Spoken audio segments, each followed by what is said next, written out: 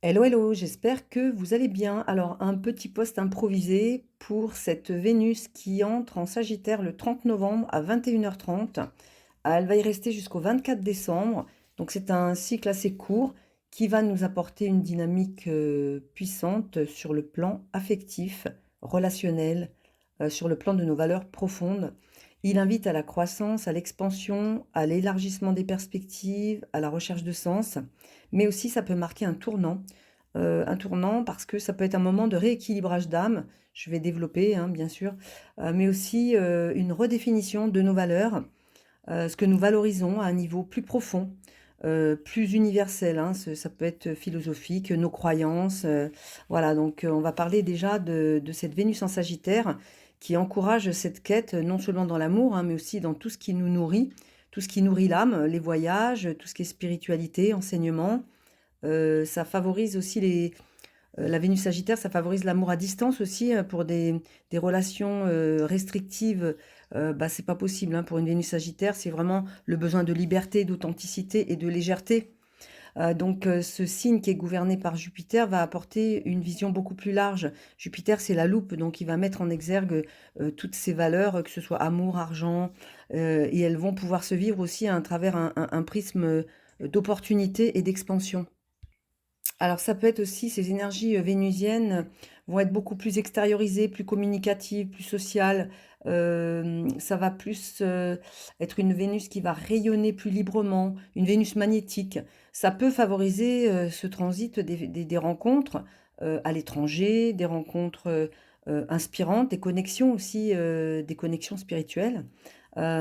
Surtout lors de contextes d'ouverture, enfin si vous partez en voyage, si, il y a des formations dans quelque chose de spirituel, en fait. Il y a un besoin de prendre de la hauteur.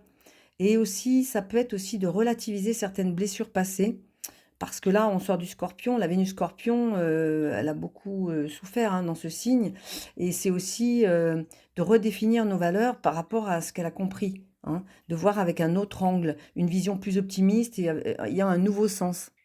Alors, je parlais de rééquilibrage, pardon, d'âme, c'est qu'on a un astéroïde qui s'appelle Union. Donc Union, c'est tout ce qui est partenariat, contrat, collaboration, alliance. Et cet astéroïde, il nous donne des indications sur la nature des relations, sur les engagements.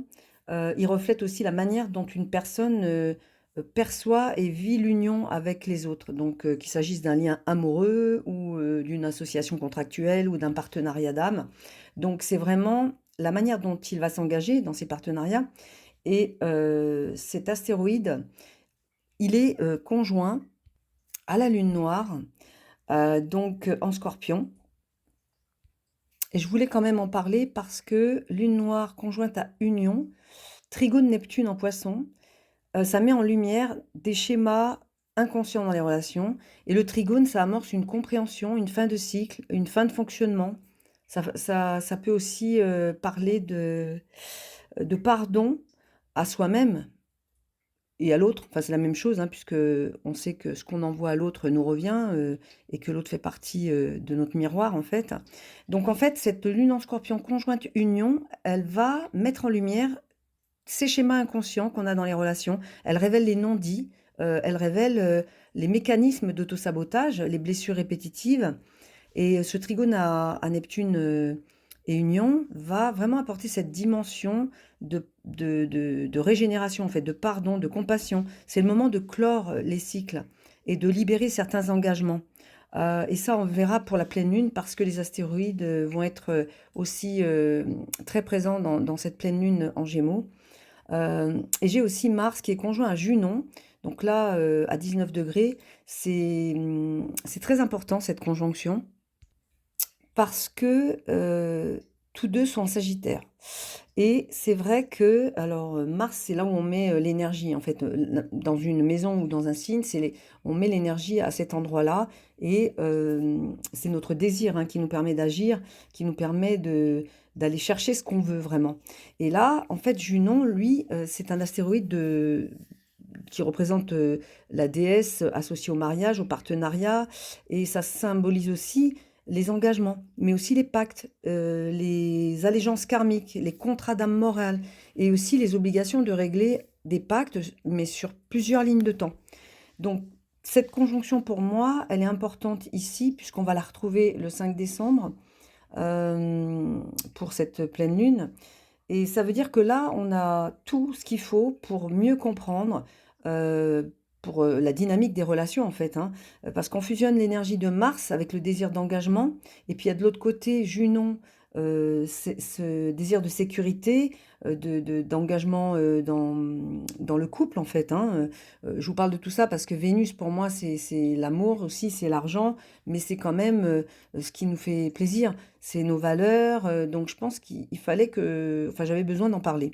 Voilà, donc en fait, là, il y a une fusion de Mars et de Junon, et on a un trigone à Chiron, un peu large, l'orbe, certes, mais on a quand même ce trigone aussi de Vénus à Saturne-Neptune, qui peut symboliser la clôture de ces contrats d'âme. Alors ça peut aussi indiquer des relations qui se terminent ou des relations qui peuvent évoluer positivement, si les transformations, bien sûr, ont été faites, avec un travail en conscience profond. Parce que si on soigne les blessures sans les guérir, bah, on a juste mis un pansement dessus et bah, le risque, c'est de revivre certaines situations jusqu'à ce que la guérison soit complète.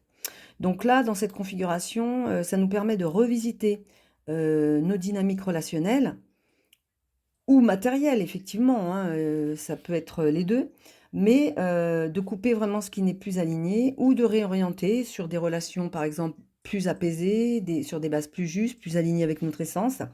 Et le fait que Saturne repasse en marche directe le 28 novembre, donc juste avant que Vénus entre en Sagittaire, ça renforce cette idée de basculement karmique, puisque Saturne, c'est le maître du karma.